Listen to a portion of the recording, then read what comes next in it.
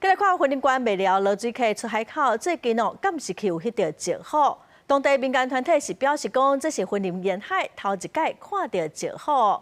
因认为讲林保署甲水利署伫落水溪出海口营造的生态基地效果是袂歹。目睭大大蕊头壳遐有2条白色纹路，全身有明显深色斑点。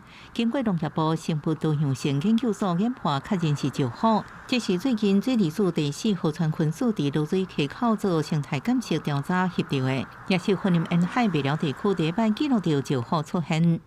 意外拍到了石虎出现的影像。我们真的非常的开心，我们也将会持续来透过专人的巡护持续来架设这监测设备。这一个段落变成是石虎一个安全所居的廊道，让现在已经濒危的这一些相关的物种可以有一个可以比较能够安全生活的一个位置。苗栗文化协会表示，过去捌听老大人讲，伫出海口看到山鸟，应该就是石虎。迄时阵无影像记录，无法度证实。即马用照摄影机记录清楚石虎影像，希望后续用透过林保署生物多样性研究所协助，后备了解做石虎安栖的所在。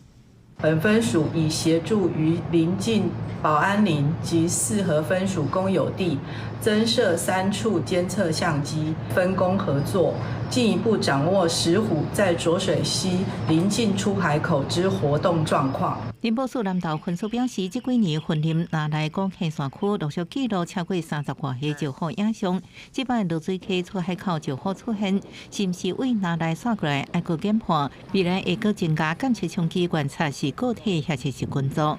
记者综合报道。